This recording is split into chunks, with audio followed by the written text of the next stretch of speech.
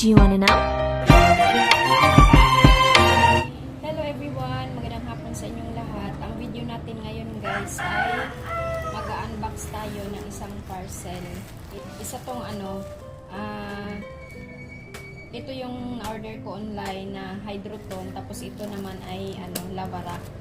Ito yung gagamitin ko sa aking bagong bili ng mga orchids na hindi ko na naipakita yung pag-unbox dahil nagmamadali na ako mabuksan dahil akala ko masisira na yung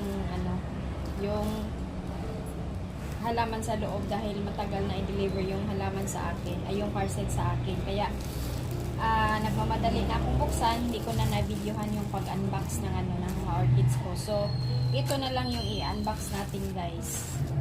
Titingnan natin kung anong itsura kasi first time ko pa itong gumamit ng Hydroton at saka Lavara. Nakita ko lang ito kay Sisfe ng sa aming bakuran vlog. Ayan. So nakita ko lang ito sa kanya na ito yung ginagamit niya sa kanyang mga orchids. So susubukan ko rin kung maganda ba talaga siya gamitin. Ito yung gagamitin ko dito sa nabili kong mga braso katliya. Ayan. Akala ko mabigat, magaan lang pala. Ako ang purol naman ang gamitin ko.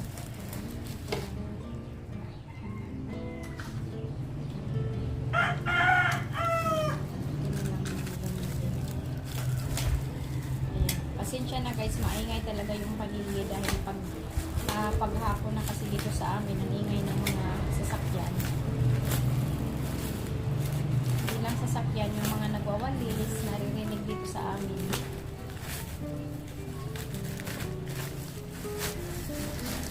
Ayan, so ito pala yung Hydroton. Ayan, so titingnan natin yung itsura ng Hydroton.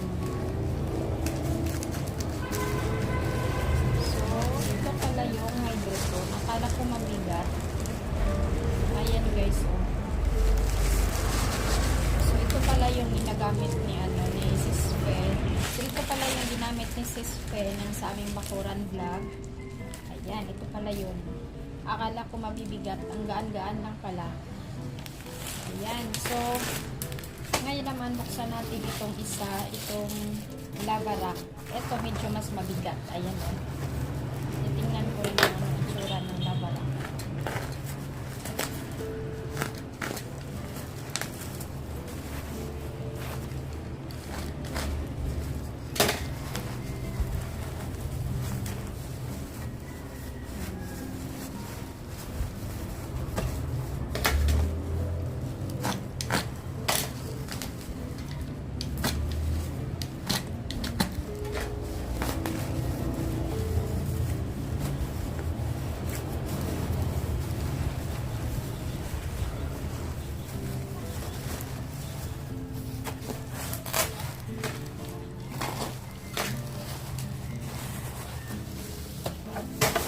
Ayan, so ito pala yung guys, ito pala yung Lavara.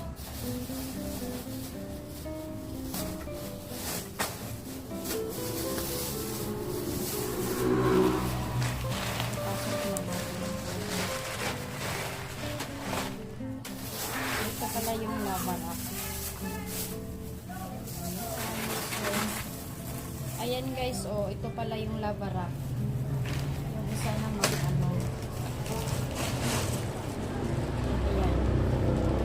Ito napakagaan, parang lang.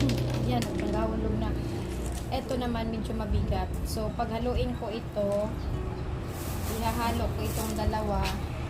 Tapos haluan ko rin ng kaunting coco cubes. Ayan. So ito yung gagamitin ko dito sa nabili kong So ito yung nabili ko guys na ito yung nabili ko kay kay Ma'am Carmina ng GBO. Ito yung mga braso katliya. So hindi ko na naipakita yung pag-unbox nito kasi nga akala ko nasisira na yung mga halaman ko sa loob dahil hindi na i-deliver agad dahil hindi na tuntun yung lugar namin.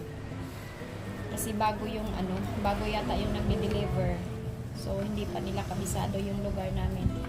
Tapos, ito yung gagamitan ko dito. So, susubukan ko guys kung maganda ba talaga yung yung lava rock at saka hydrotone dito sa mga sa mga orchids. Ayan, kasi yung kay Sis Fe, ang ganda ng mga tubo ng kanyang mga orchids. Yun lang ang ginamit niya. Pero hahaluan ko pa rin ng kaunting coco cubes. Ayan, ito.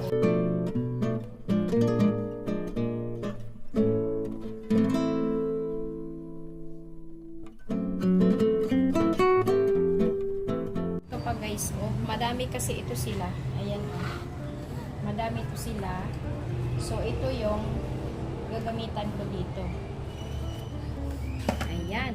So, ito lang muna yung ko guys. Ito lang muna yung video ko ngayong araw. So, maiksi lang yung video ko. Pasensya na.